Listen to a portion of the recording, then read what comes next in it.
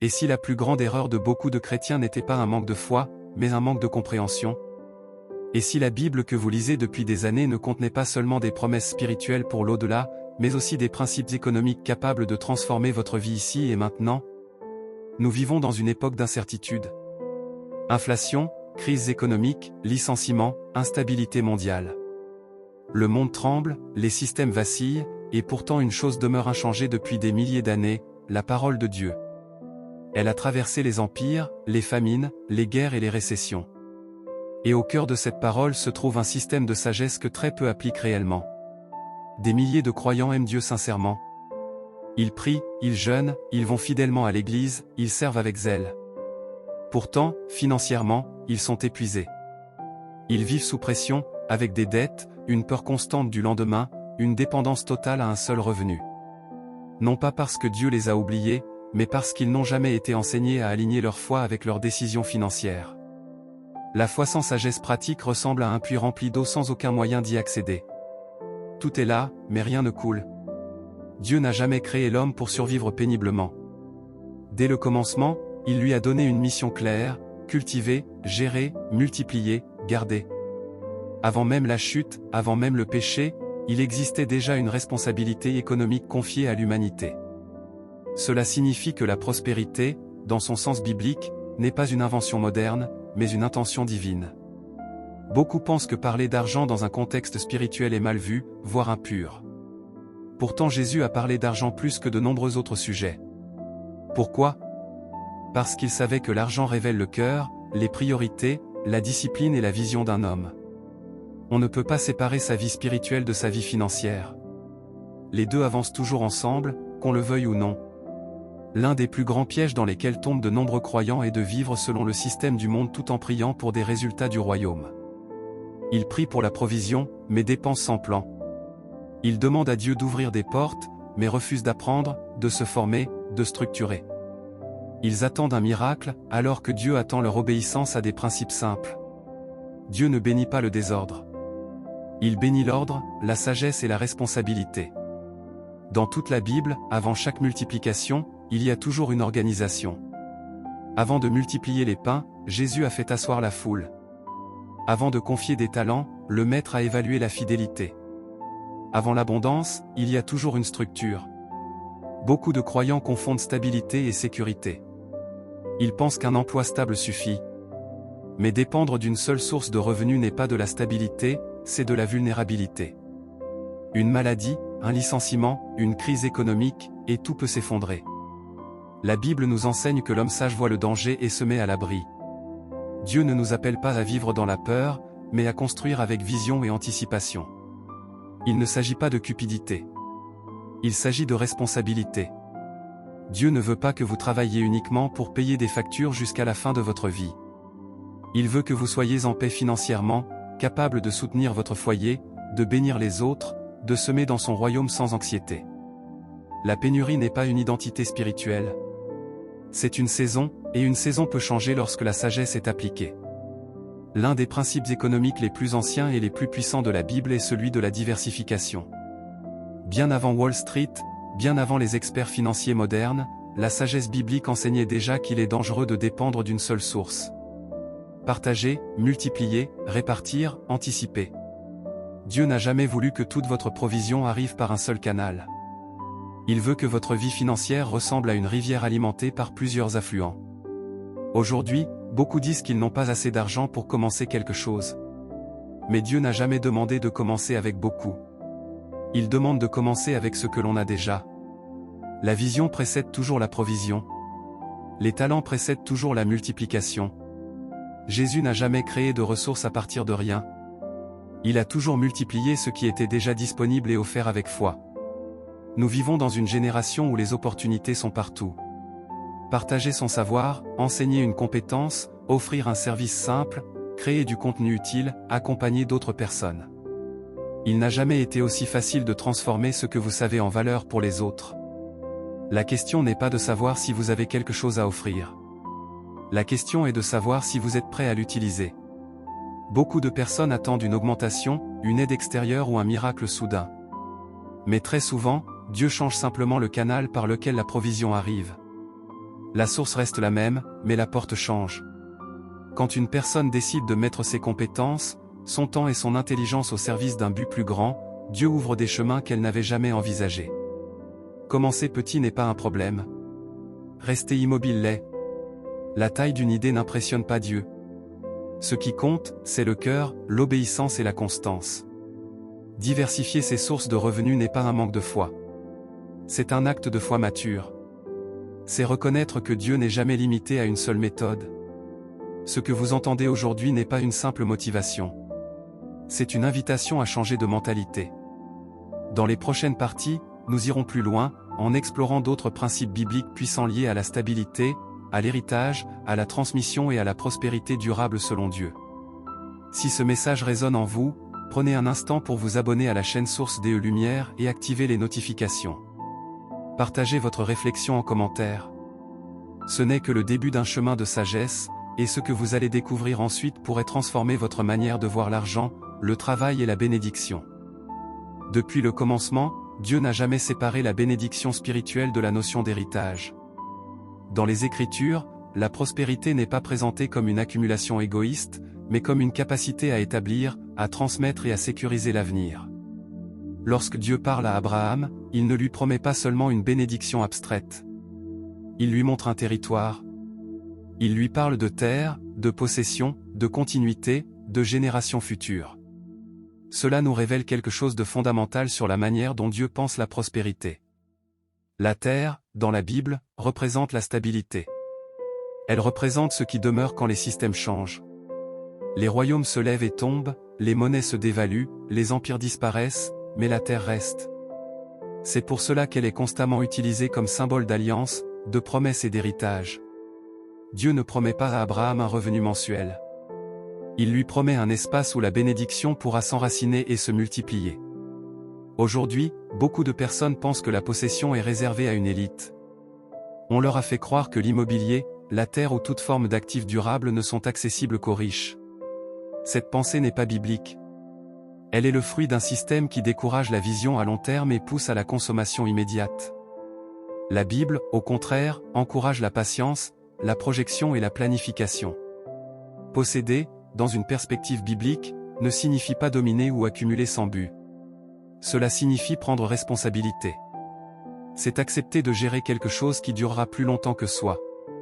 C'est comprendre que la bénédiction n'est pas seulement pour aujourd'hui, mais pour demain, et même pour ceux qui viendront après nous. Louer permet de survivre. Posséder permet de construire. Beaucoup de croyants passent toute leur vie à payer pour des choses qui ne leur appartiendront jamais. Ils dépensent leurs ressources dans ce qui disparaît rapidement, sans jamais investir dans ce qui peut porter du fruit sur le long terme.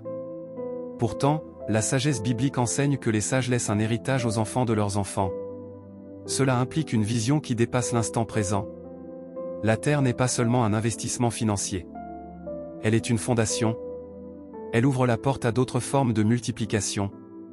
Agriculture, location, hébergement, projets communautaires, espaces de formation, lieux de retraite, initiatives sociales. Là où il y a un espace maîtrisé avec un but clair, la bénédiction trouve un terrain pour se manifester. Il est important de comprendre que Dieu ne bénit pas l'improvisation permanente. Il bénit ceux qui construisent pierre après pierre. Beaucoup veulent des résultats rapides, mais négligeant les processus lents qui produisent des fruits durables. La terre enseigne la patience. Elle enseigne la constance. Elle enseigne que tout ce qui porte du fruit passe par des saisons. Certains disent qu'ils n'ont pas les moyens d'investir ou de posséder quoi que ce soit. Mais la Bible montre que la possession commence souvent par de petits pas. Des terrains modestes, des espaces éloignés, des projets simples. Ce n'est pas la taille de l'actif qui compte, mais la fidélité dans la gestion. Celui qui est fidèle dans les petites choses est établi sur de plus grandes. La différence entre deux personnes n'est pas toujours le montant qu'elles gagnent, mais ce qu'elles font avec ce qu'elles gagnent. Certains utilisent leurs ressources pour nourrir des plaisirs temporaires. D'autres utilisent les mêmes ressources pour poser des fondations. Avec le temps, l'écart devient immense. L'un reste dans la dépendance. L'autre entre dans la transmission. Dans la Bible, posséder un territoire était aussi un acte spirituel. Cela signifiait établir quelque chose pour Dieu, marquer un espace avec une intention juste. Même aujourd'hui, cette dimension demeure. Ce que vous possédez, vous l'influencez. Ce que vous gérez avec sagesse peut devenir un canal de bénédiction pour d'autres. Dieu est un Dieu d'établissement, pas d'instabilité permanente. Mais la possession ne se limite pas à la terre physique. Elle peut aussi être symbolique. Posséder une compétence, un savoir, une expertise, une autorité dans un domaine. Ce sont aussi des territoires. Et c'est ici que nous entrons dans un autre principe fondamental, l'éducation comme actif. La sagesse biblique accorde une valeur immense à la connaissance. Pas une connaissance superficielle, mais une compréhension appliquée. La Bible dit que la sagesse est la chose la plus précieuse à acquérir, même si cela coûte tout.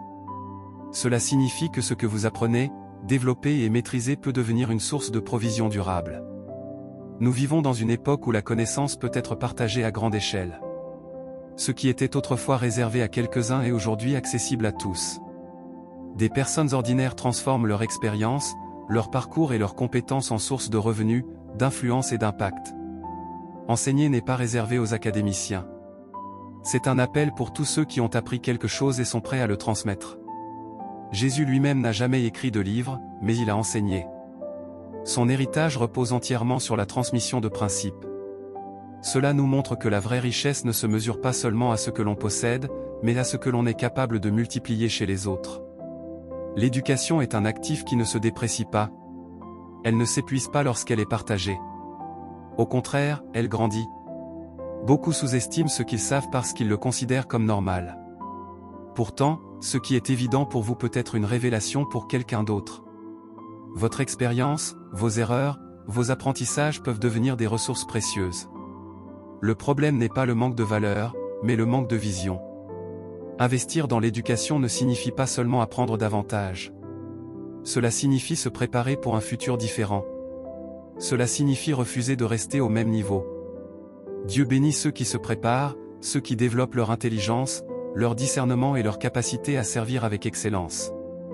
Il est important de comprendre que la prospérité biblique n'est jamais passive. Elle demande une participation active. Apprendre, structurer, transmettre, organiser. Tout cela fait partie du processus. La sagesse n'est pas magique. Elle est progressive. Mais une fois acquise, elle devient une source durable de stabilité. Ce principe nous conduit naturellement vers un autre domaine souvent négligé, mais profondément biblique, le mouvement. Là où il y a du mouvement, il y a de la vie. Là où il y a de la vie, il y a des échanges. Depuis les temps anciens, le commerce, la provision et l'expansion ont toujours suivi les routes, les déplacements et les connexions. Aujourd'hui encore, l'économie repose sur le mouvement. Transport, livraison, logistique, services mobiles. Ce que certains voient comme de simples activités sont en réalité des opportunités lorsqu'elles sont abordées avec vision. Mettre ce que l'on possède en mouvement est une manière concrète de transformer un outil en source de provision. Dans la Bible, ce que Dieu a utilisé n'était pas immobile. Il marchait, voyageait, se déplaçait. Le royaume avançait parce que les hommes et les femmes acceptaient de sortir de leur confort. Le mouvement n'est pas toujours physique, mais il est toujours intentionnel. Décider d'agir, de commencer, de servir est déjà une forme de mouvement. Beaucoup attendent des conditions parfaites. Mais la sagesse biblique montre que l'obéissance précède souvent la clarté totale. Ceux qui avancent découvrent des opportunités en chemin. Ceux qui restent immobiles ne voient que des obstacles. Ce que vous avez aujourd'hui, aussi simple que cela puisse paraître, peut devenir un outil de provision si vous acceptez de le mettre au service d'un but. Dieu ne bénit pas la passivité. Il bénit la diligence alignée. Dans la prochaine partie, nous irons encore plus loin. Nous parlerons de production, de semences, de cycles, et de la manière dont Dieu a intégré la multiplication directement dans la création elle-même. Ce que vous allez découvrir vous aidera à comprendre pourquoi certains efforts portent du fruit et d'autres non. Si ce message vous parle, restez connecté à Source DE Lumière. Partagez ce que vous recevez, réfléchissez, et préparez-vous pour la suite. La sagesse biblique ne transforme pas seulement la manière de penser. Elle transforme la manière de vivre. Depuis le début de l'humanité, Dieu a intégré un principe fondamental dans la création elle-même, la production par la semence. Rien ne se multiplie sans être semé. Rien ne porte du fruit sans passer par un processus. La prospérité biblique n'est jamais instantanée, elle est toujours progressive.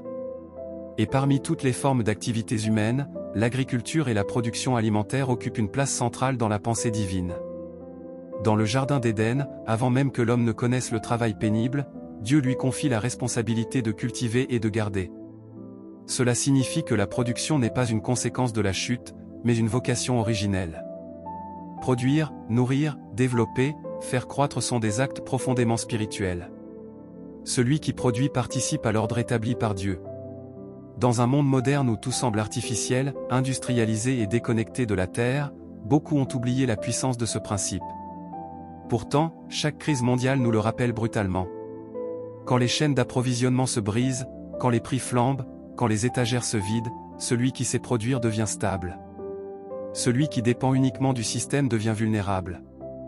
La production alimentaire n'est pas réservée aux grandes exploitations ou aux zones rurales. Elle commence souvent petit.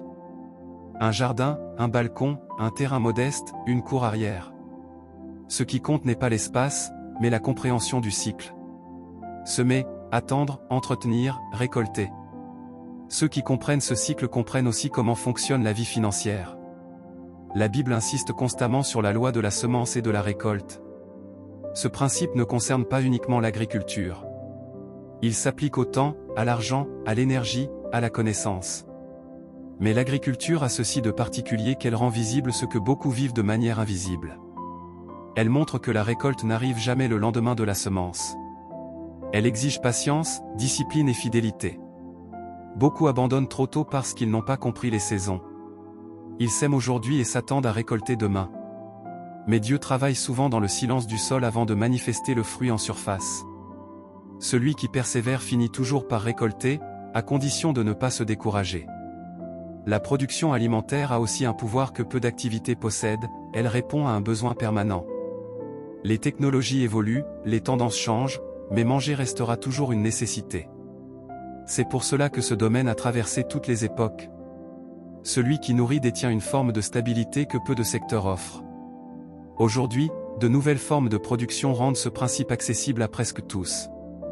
Agriculture urbaine, culture en intérieur, élevage à petite échelle, apiculture, champignons, aquaponie.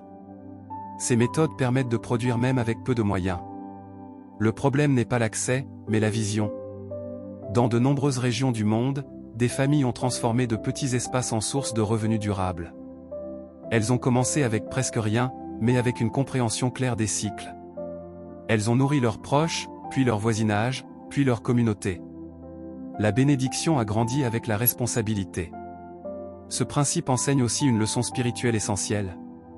On ne peut pas tricher avec la terre. On récolte ce que l'on sème.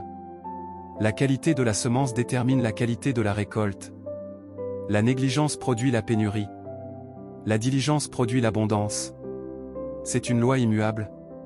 Mais la production ne se limite pas à la nourriture. Elle s'étend à tout ce qui est créé avec les mains et l'intelligence. C'est ici qu'intervient un autre principe biblique souvent sous-estimé, la valeur des compétences manuelles et de l'artisanat. Dans les Écritures, Dieu équipe certains hommes et femmes de savoir-faire précis. Travailler le bois, le métal, la pierre, les tissus. Ces compétences ne sont pas secondaires.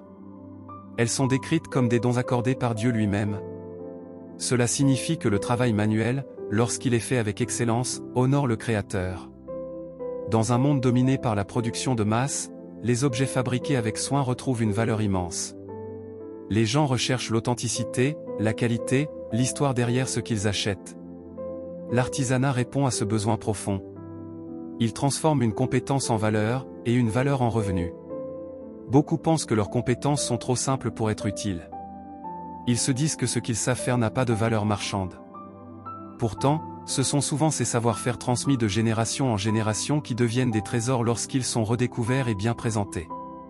Réparer, construire, coudre, sculpter, peindre, fabriquer. Ces activités créent des biens réels, tangibles, durables. Elles ne dépendent pas des algorithmes, des plateformes ou des tendances numériques.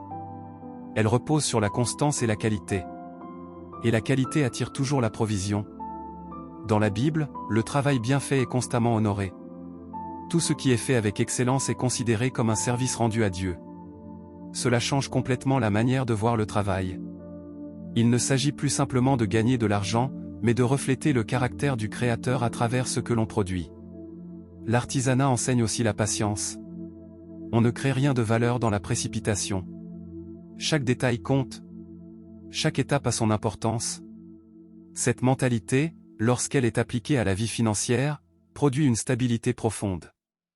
Ceux qui acceptent de bâtir lentement bâtissent souvent pour longtemps. Avec les outils modernes, ces compétences peuvent aujourd'hui atteindre un public mondial. Des plateformes permettent de vendre, de présenter, de raconter l'histoire derrière chaque création. Ce qui était autrefois local peut désormais toucher des personnes à l'autre bout du monde.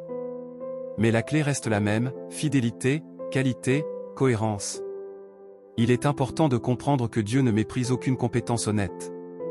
Ce sont souvent les hommes qui hiérarchisent les métiers. Dieu, lui, regarde le cœur et la diligence. Celui qui travaille avec intégrité et sagesse trouve toujours sa place dans l'économie divine. Tous ces principes nous ramènent à une vérité centrale. La prospérité biblique n'est jamais séparée du service. Plus une activité répond à un besoin réel, plus elle a de chances de durer. C'est pourquoi un autre domaine connaît une croissance constante et profonde, les services d'aide et de soins à la personne. Servir n'est pas une faiblesse. C'est une force. Dans l'économie de Dieu, celui qui sert avec un cœur pur ouvre des portes que l'ambition seule ne peut ouvrir. Aider, accompagner, soutenir, soulager. Ces actions créent une valeur immense dans une société de plus en plus fragmentée. Les besoins humains fondamentaux ne disparaîtront jamais. Vieillesse, maladie, solitude, surcharge. Ceux qui choisissent de répondre à ces besoins avec sérieux et excellence construisent des activités solides et durables. Et lorsque le service est fait avec amour, il devient plus qu'un travail. Il devient une mission. Beaucoup d'entreprises échouent non pas par manque de compétences, mais par manque de sens. Lorsqu'une activité est uniquement motivée par l'argent, elle s'essouffle rapidement. Mais lorsqu'elle est portée par un but juste, elle trouve une endurance particulière. Dieu soutient ce qui est aligné avec son cœur. Dans la prochaine partie, nous parlerons des obstacles majeurs qui empêchent ces principes de produire leurs fruits. Des pièges subtils mais puissants, souvent ignorés, qui neutralisent même les meilleures idées. Comprendre ces obstacles est essentiel pour éviter de construire sur des fondations fragiles. Reste attentif, reste ouvert, et continue ce chemin de sagesse avec source des lumières. Ce que tu es en train d'apprendre n'est pas théorique. C'est une manière différente de voir la vie, le travail et la bénédiction. Comprendre les principes ne suffit pas si l'on ne comprend pas aussi ce qui les bloque. Beaucoup de personnes connaissent les lois spirituelles de la prospérité, mais vivent pourtant dans la stagnation. Non pas parce que Dieu refuse de bénir, mais parce que certains obstacles invisibles neutralisent les processus. La Bible ne cache jamais ces réalités. Elle les expose pour que celui qui est attentif puisse les éviter.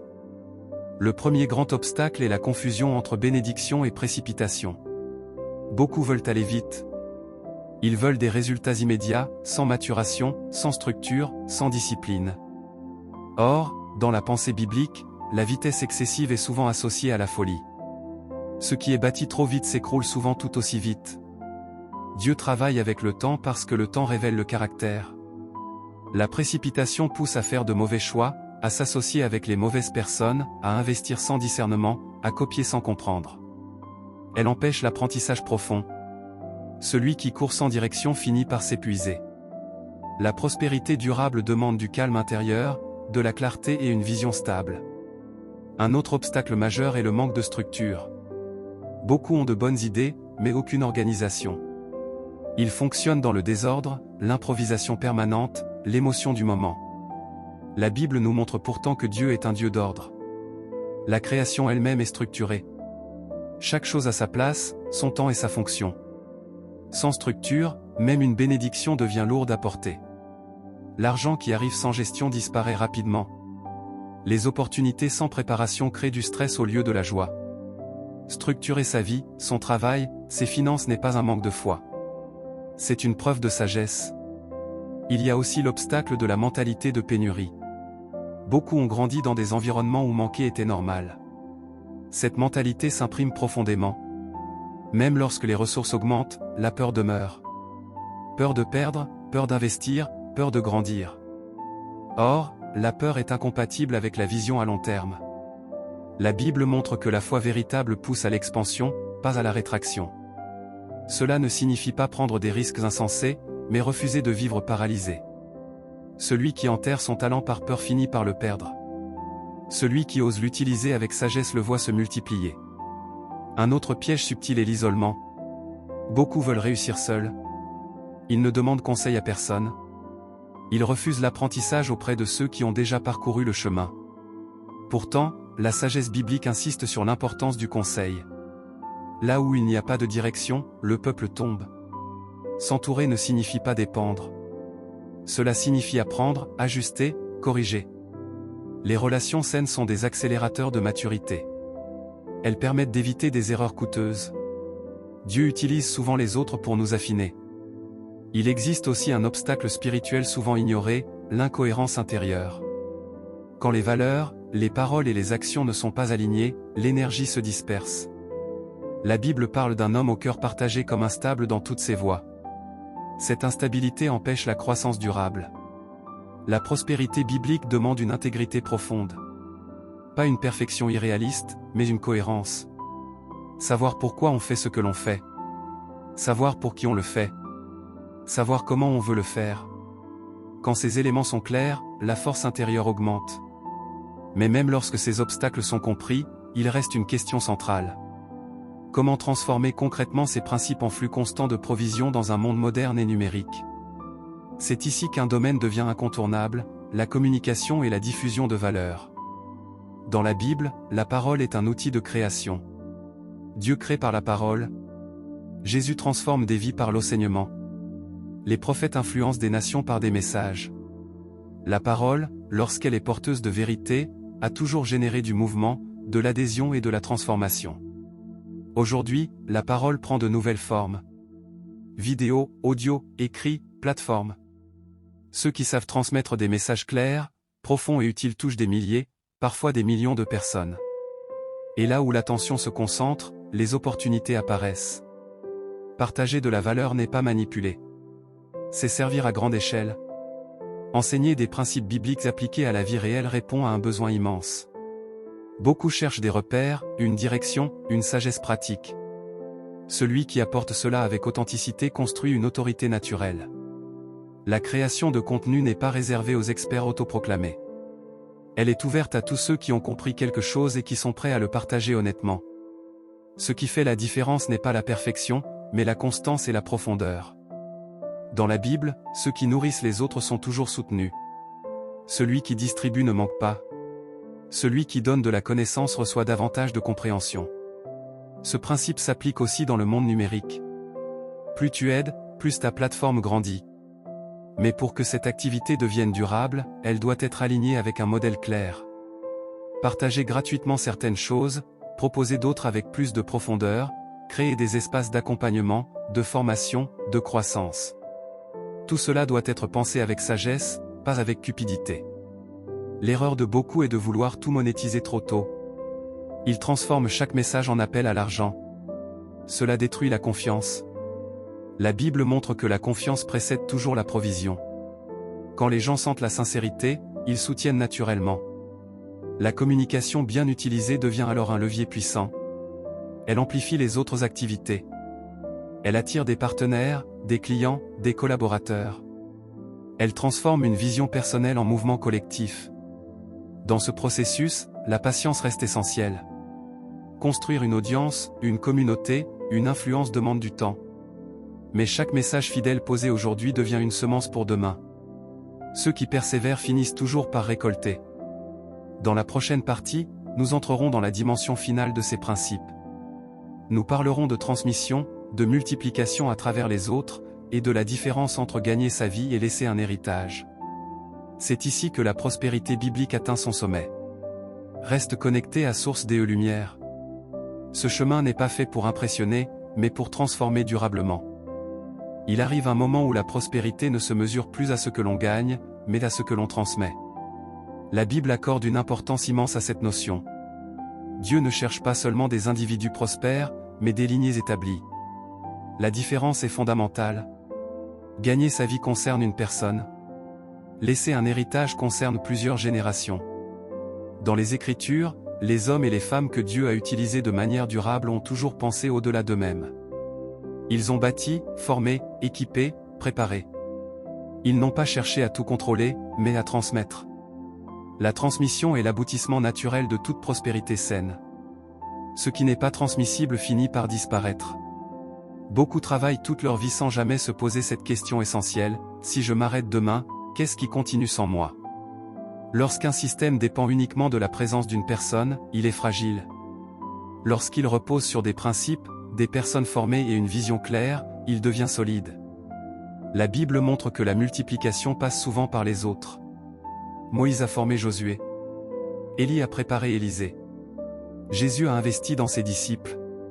Aucun d'eux n'a cherché à rester indispensable. Ils ont cherché à être féconds à travers d'autres. C'est l'un des secrets les plus puissants de la prospérité biblique. Dans le monde des affaires, ce principe est souvent négligé. Beaucoup veulent tout faire eux-mêmes, tout contrôler, tout décider. Cela crée une croissance limitée. Mais ceux qui acceptent de former, de déléguer et de faire confiance voient leur impact s'étendre bien au-delà de leurs capacités personnelles. Former quelqu'un, c'est lui transmettre plus qu'un savoir-faire. C'est lui transmettre une manière de penser, une éthique, une vision. Cela demande du temps, de la patience et de l'humilité. Mais le fruit est incomparable. Une personne bien formée devient un multiplicateur. La Bible enseigne que la richesse du juste est réservée pour les générations futures. Cela implique une gestion réfléchie, mais aussi une transmission intentionnelle. Laisser un héritage ne se fait pas par accident. Cela se planifie. Cela se structure. Cela se vit au quotidien. Il est important de comprendre que l'héritage n'est pas uniquement matériel. Il est aussi spirituel, intellectuel et relationnel. Transmettre des valeurs, une sagesse, une discipline, une vision est souvent plus précieux que transmettre de l'argent. L'argent sans sagesse se perd rapidement. La sagesse produit toujours des ressources. Dans cette perspective, un autre domaine devient essentiel, la création de systèmes simples, reproductibles et clairs. La Bible montre que Dieu donne souvent des instructions précises.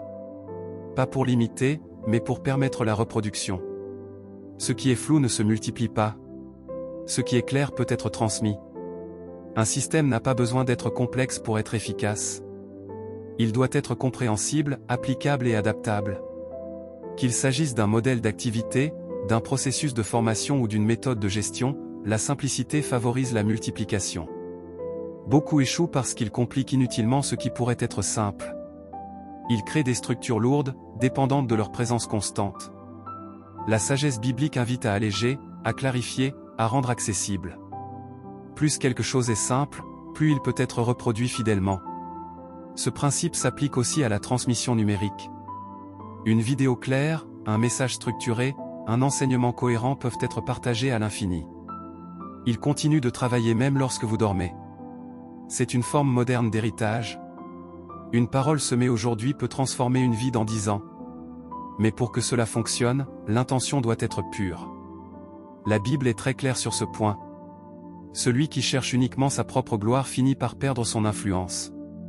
Celui qui cherche à élever les autres voit son impact s'étendre naturellement. L'humilité attire la grâce. La grâce ouvre des portes. La prospérité biblique atteint son sommet lorsque l'on comprend que l'on n'est qu'un canal. Ce que Dieu fait passer à travers vous n'est pas destiné à s'arrêter à vous. Cette compréhension libère d'une pression immense. Elle permet de travailler avec paix, constance et joie. Beaucoup vivent épuisés parce qu'ils portent seuls ce qu'ils devraient partager. Ils veulent être la source, alors qu'ils sont appelés à être un canal. Lorsqu'on accepte ce rôle, la charge devient légère et la multiplication devient naturelle. À ce stade, une dernière vérité doit être posée clairement. Aucun de ces principes ne fonctionne sans alignement intérieur. La Bible insiste sur le cœur plus que sur les méthodes. Deux personnes peuvent appliquer les mêmes stratégies. L'une prospérera durablement. L'autre non. La différence se trouve souvent dans l'intention et l'attitude. La prospérité biblique n'est pas une fin en soi.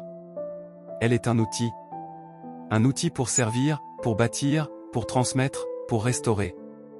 Lorsqu'elle devient une idole, elle détruit. Lorsqu'elle reste un moyen, elle élève. C'est pour cela que la gratitude joue un rôle central. Celui qui reconnaît la source de ce qu'il reçoit reste humble et ouvert. Celui qui oublie la source devient orgueilleux et instable. La gratitude protège la prospérité. En résumé, les principes bibliques de prospérité sont simples, mais exigeants. Ils demandent du temps, de la discipline, de la cohérence et une vision qui dépasse l'instant présent. Ils ne promettent pas des gains rapides, mais une stabilité profonde. Ils ne flattent pas l'ego, mais construisent des fondations solides. Si tu es arrivé jusqu'ici, ce n'est pas par hasard. Ces principes ne sont pas réservés à une élite. Ils sont accessibles à tous ceux qui sont prêts à changer leur manière de penser et d'agir. La Bible ne ment pas.